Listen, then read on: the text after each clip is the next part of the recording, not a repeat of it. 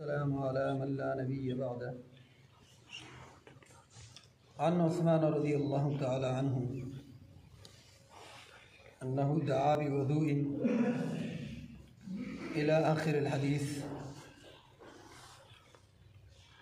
امام بخاری رحمہ اللہ نے اپنی صحیح بخاری میں سیدنا عثمان غنی رضی اللہ تعالی عنہ سے روایت درج فرمائی ہے. حدیث نمبر 163. عثمان رضی اللہ عنہ کے غلام ہیں حمران، آزاد کردہ غلام ہیں. وہ فرماتے ہیں کہ عثمان غنی رضی اللہ عنہ نے ایک بار پانی منگوایا اور ہمیں صحیح طریقے سے وضو کر کے دکھایا. تو پہلے ہاتھ دھوئے 3 مرتبہ، پھر اس کے بعد چلو میں پانی لیا اور منہ میں آدھا ڈالا اور آدھا ناک میں چڑھایا، اور پھر کلی کی اور ناک کو جھاڑا. پھر اس کے بعد پانی لیا چلو میں اور دونوں ہاتھوں کو ملا کے چہرے پہ ڈالا، چہرے کو دھویا 3 مرتبہ.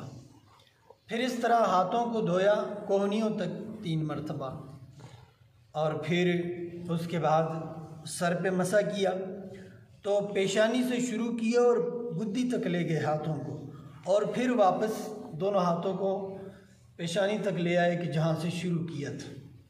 پھر اس کے بعد دایاں پاؤں دھویا، پھر بایاں پاؤں دھویا، اور پھر فرمایا کہ میں نے نبی کریم صلی اللہ علیہ وسلم کو دیکھا کہ نبی کریم صلی اللہ علیہ وسلم نے اسی طرح وضو کیا جس طرح میں نے کر کے دکھایا. اور پھر نبی کریم صلی اللہ علیہ وسلم نے فرمایا من توضأ نحو وضوء ھذا، جو میرے اس وضو کی طرح وضو کرے، ثم یصلی رکعتین، پھر اس کے بعد 2 رکعت نماز پڑھے، لا یحدث فیہما نفسہ، ان 2 رکعتوں میں اس کی توجہ بٹی نہ رہے، آگے پیچھے ادھر ادھر کی سوچیں نہ آئے، مکمل 2 رکعتوں میں اس کی توجہ رہے. 2 رکعتیں اس انداز سے ادا کرے تو غفر لہ ما تقدم من ذنبہ، اس سے پہلے اس کے جتنے بھی صغیرہ چھوٹے گناہ اللہ تعالیٰ سب کو معاف فرما دے گا. تو اس حدیث میں وضاحت کے ساتھ سیدنا عثمان رضی اللہ عنہ نے وضو کا طریقہ جو ہے وہ بتایا ہے. تو وضو میں سب سے پہلا جو کام ہے وہ ہے ہاتھوں کو 3 مرتبہ دھونا. اور اگر انسان قضاء حاجت سے آیا ہو تو پھر اسے چاہیے کہ پہلے صابن وغیرہ اگر موجود ہے تو اس کا استعمال کرے. صابن نہیں ہے تو نبی کریم صلی اللہ علیہ وسلم کے بارے میں آتا ہے، کئی بخاری اور مسلم اور کئی دیگر حدیث کی کتابوں میں روایت موجود ہے کہ نبی کریم صلی اللہ علیہ وسلم نے زمین پہ ہاتھ مارا، زمین ہاتھ کے ساتھ مٹی لگی اور پھر اس کے ساتھ ہاتھوں کو جو ہے رگڑا، پھر پانی ڈالا اور ہاتھوں کو اس طرح دھو لیا تاکہ جراثیم وغیرہ وہ اتر جائے، نکل جائے اور ہاتھ بالکل صاف ہو جائے.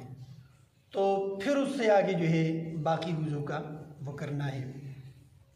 تو وضو میں سب سے پہلے تو ہاتھوں کو دھونا ہے، لیکن یہ جو صابن کا استعمال ہے یہ وضو کے آغاز سے پہلے، یہ الگ، یہ وضو کا حصہ نہیں رہے گا، کیونکہ ہم صابن اگر استعمال کرتے تو پھر اس کو 3 بار سے زیادہ دھونا پڑے گا.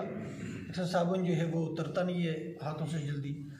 اور وضو کے بارے میں ہے کہ 3 سے زیادہ مرتبہ کوئی عضو، کوئی جسم کا حصہ نہ دھویا جائے. 2 مرتبہ بھی دھو سکتے، 1 مرتبہ بھی، لیکن 3 مرتبہ بھی دھو سکتے، لیکن اس سے زیادہ نہ ہو.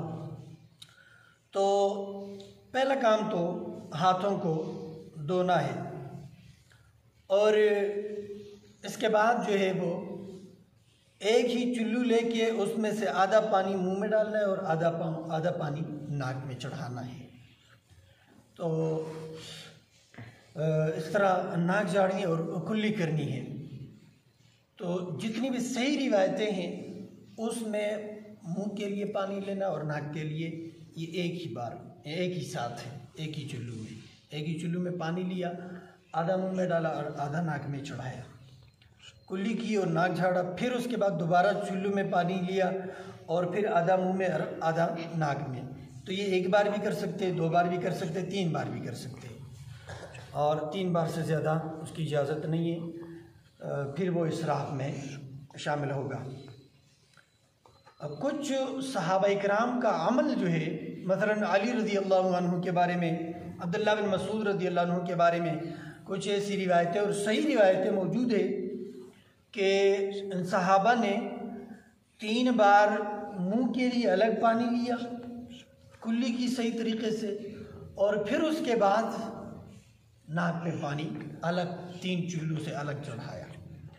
تو ہم یہ کہیں گے کہ ایک بار چلو میں پانی لیا اور آدھا منہ میں آدھا ناک میں چڑھانا یہ افضل ہے اور بہتر ہے، اور اگر منہ کے لیے الگ 3 بار لیا جائے یا 2 بار یا 1 بار اور ناک کے لیے الگ لیا جائے تو یہ عمل جائز ہوگا۔